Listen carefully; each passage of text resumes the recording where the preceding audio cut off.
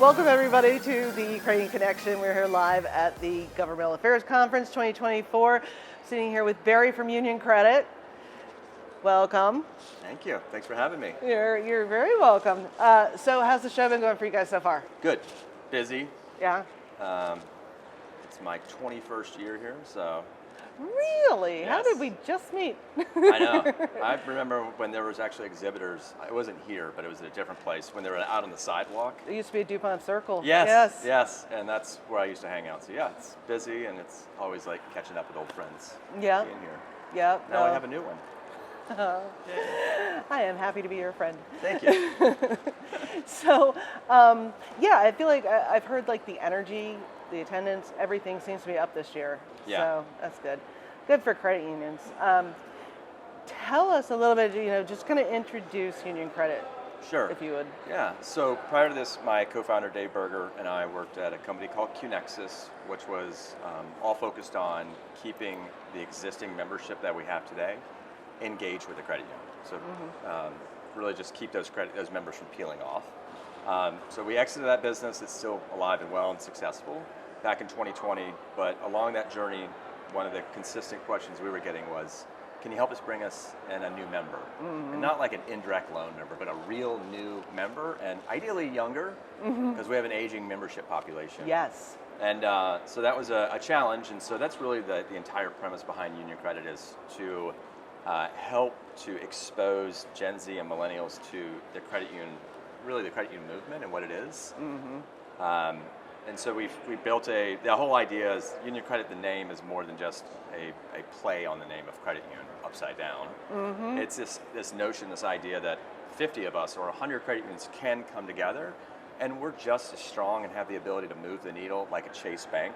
But when we unionize and join together, we can start making some actual impacts. And so that's really what Union Credit is. It's this idea that we've built this marketplace and we're proactively reaching into the Gen Z and the millennial populations, bringing products to them so they understand that there are other offers out there other than SoFi or Chase. There's like other people and they're called these credit unions. Right.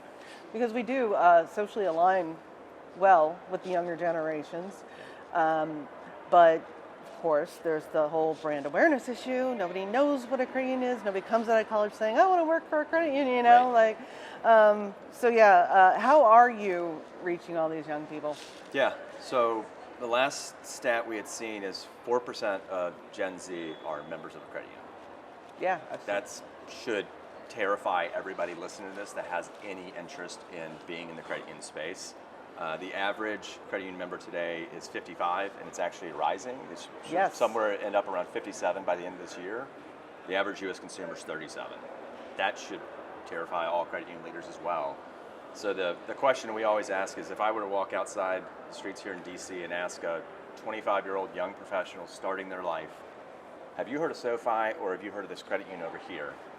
9 out of 10 times they're going to say, I heard of SoFi. And so the real question is, if they haven't heard of us and they have a financial need, how are they going to find you? So, marketing 101 is, how do I let somebody know I exist?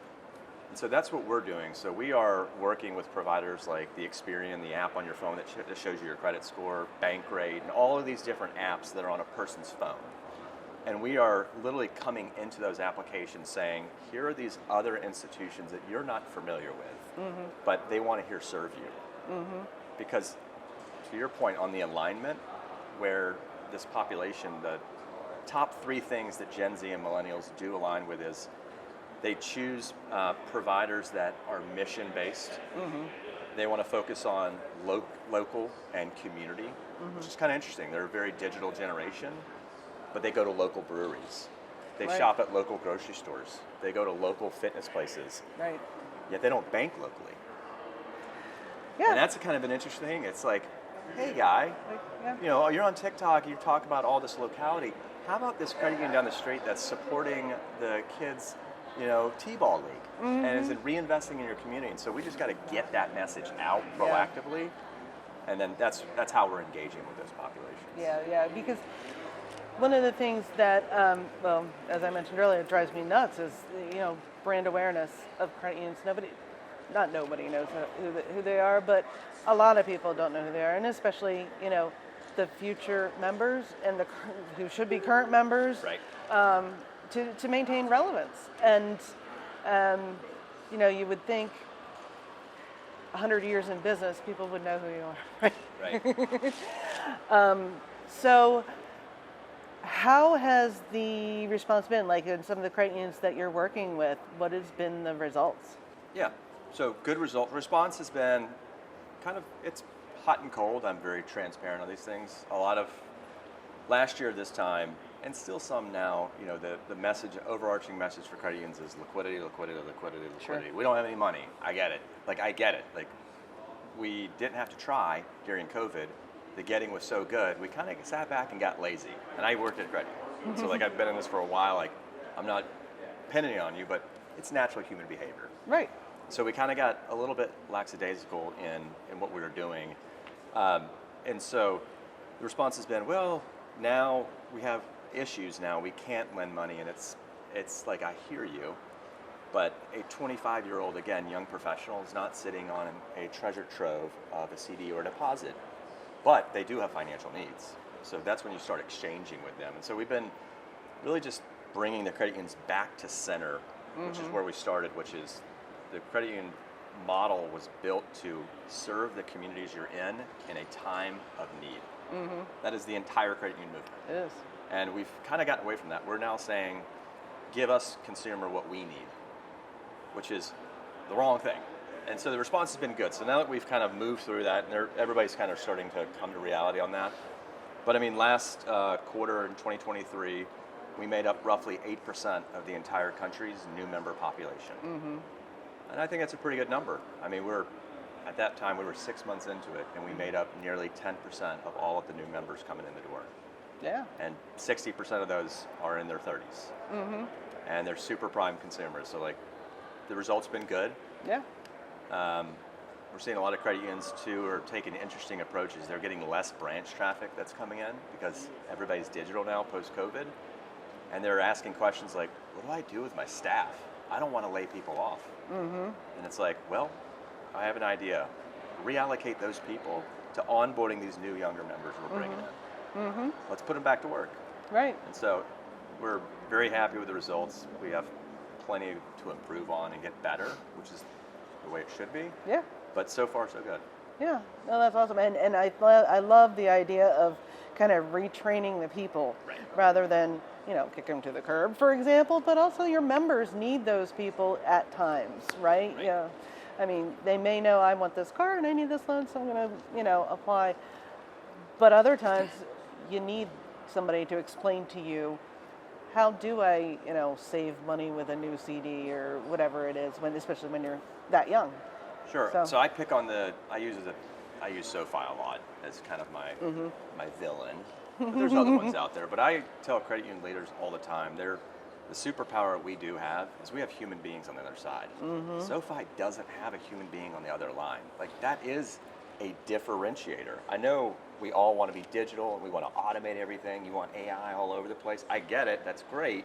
But what we are hearing from Gen Z and millennials is when they want to talk to somebody, which there's going to come a time, they actually want to hear a human's voice.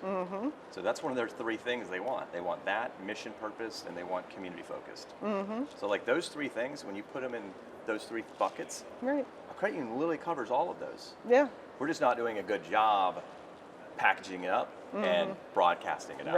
Right. And a lot of credit unions, I think there's a couple different camps. Some credit unions are doing very well with building a brand and getting their names out there. I think there are some credit unions that, one, don't realize that what they're doing is extraordinary. Right. They think, because it's just what they do every day, right? Sure.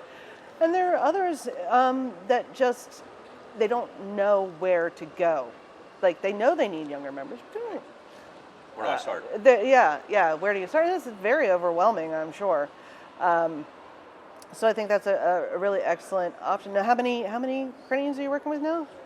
Oh, there's probably 30 or so that are in there. But today the big stuff that how we built Union Credit, the model was, we have this extraordinary opportunity. So for example, take Bankrate. hopefully they don't hear this, but it's for a smaller credit union or even for a larger credit union to be inside of bank rate requires to spend in the seven figures to be in there.